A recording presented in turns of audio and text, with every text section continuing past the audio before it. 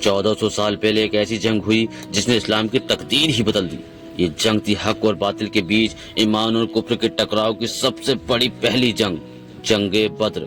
एक तरफ मोहम्मद रसूलुल्लाह और उनके 313 जान देने वाले सहाबी, जिनके पास न हथियार थे, न ज्यादा घोड़े, न लश्कर की तादाद, सिर्फ अल्लाह पर यकीन था। लेकिन और दूसरी तरफ थी मक्का की ताकतवर कुरैश की फौज, 1000 से ज्यादा जंगी घोड़े, ऊंट, हथियार, दुनिया की तमाम ताकत उनके साथ थी। लेकिन बद्र का मैदान मदीना से 80 मील दूर। तारीख थी 17 रमजान साल 2 हिजरी। मुसलमान को बस 2 साल हुए थे मदीना हिजरत किए हुए, लेकिन कुरैश चैन से नहीं बैठे थे। अबू सुफियान का एक बड़ा कारवा मक्का आ रहा था, जिसमें लाखों का माल था। नबी पाक ने सहाबा से मशवरा किया, क्या हम इसे कारवा को रोकें? ये कोई लड़ाई नहीं थी, बस कुरैश को एक झटका देना था ताकि वे मुसलमानों पर हमले बंद कर दे। मगर इधर खबर मक्का पहुंची तो अबू जहल को आग लग गई। उसने 1000 का लश्कर तैयार किया, 100 घोड़े, 700 ऊंट और पूरा कुरैश का गुरूर लेकर बद्र की तरफ बढ़ गया। लेकिन इधर मुसलमान सिर्फ 313 थे, सिर्फ 2 घोड़े, 70 ऊंट और वो भी 3-3 आदमी मिलकर इस्तेमाल कर रहे थे, और हथियार कुछ तलवारें और भाले। लेकिन इनके पास वो चीज थी जो कुरैश के पास नहीं थी, अल्लाह की मदद और नबी पाक सल्लल्लाहु अलैहि वसल्लम की रहनुमाई। जब रसूलुल्लाह सल्लल्लाहु अलैहि वसल्लम ने देखा कि दुश्मन की भारी तादाद में आ रहा है, जो उन्होंने सहाबा से फैसला करने को कहा, हम जंग करें या वापस जाएं। लेकिन सबसे पहले हजरत मिकदाद रज़ियल्लाहु अन्हु उठे। उनकी आवाज में जुनून था, या रसूलुल्लाह, हम मूसा अलैहिस्सलाम की उम्मत नहीं जो कहें कि तुम जाओ और लड़ो, हम यहीं बैठेंगे। नहीं, हम आपके साथ लड़ेंगे, आपके आगे लड़ेंगे, आपके पीछे लड़ेंगे। और फिर अंसार ने कहा, या रसूलुल्लाह, हमें पानी में कूदने को कहिए, आग में जलने को कहिए, हम पीछे नहीं हटेंगे।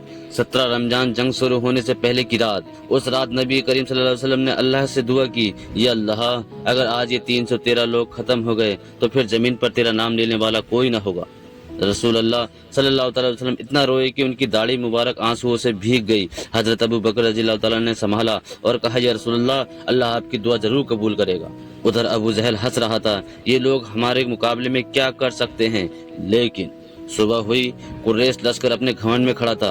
पहली टक्कर 3-3 जंगियों की हुई। उधर से उतबा, सैबा और वलीद, इधर से हजरत हमजा, अली और उबैदा रज़ियल्लाहु ताला, हजरत अली रज़ियल्लाहु ताला अन्हु और हमजा रज़ियल्लाहु ताला ने अपने दुश्मनों को फौरन गिरा दिया। उबैदा रज़ियल्लाहु ताला जख्मी हुए, लेकिन जीत मुसलमानों की हुई। फिर हुक्म हुआ, हमला करो।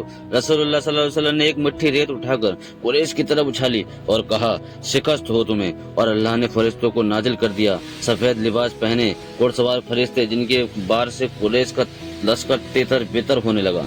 अबू जहल भी गिरा दिया गया, और जब उसकी आखिरी सांसें चल रही थी तो एक सहाबी ने पूछा, अबू जहल, अब तेरा क्या हाल है?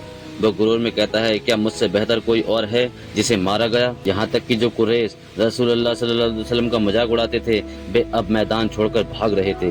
बद्र की जंग ने साबित कर दिया कि जीत तादाद से नहीं, हाथियों से नहीं होती, बल्कि अल्लाह पर भरोसे से होती है। 70 कुरैश मारे गए, 70 कैद कर लिए गए और मुसलमान सिर्फ 14 शहीद हुए। रसूलुल्लाह सल्लल्लाहु अलैहि वसल्लम ने कैदियों के साथ इंसाफ किया।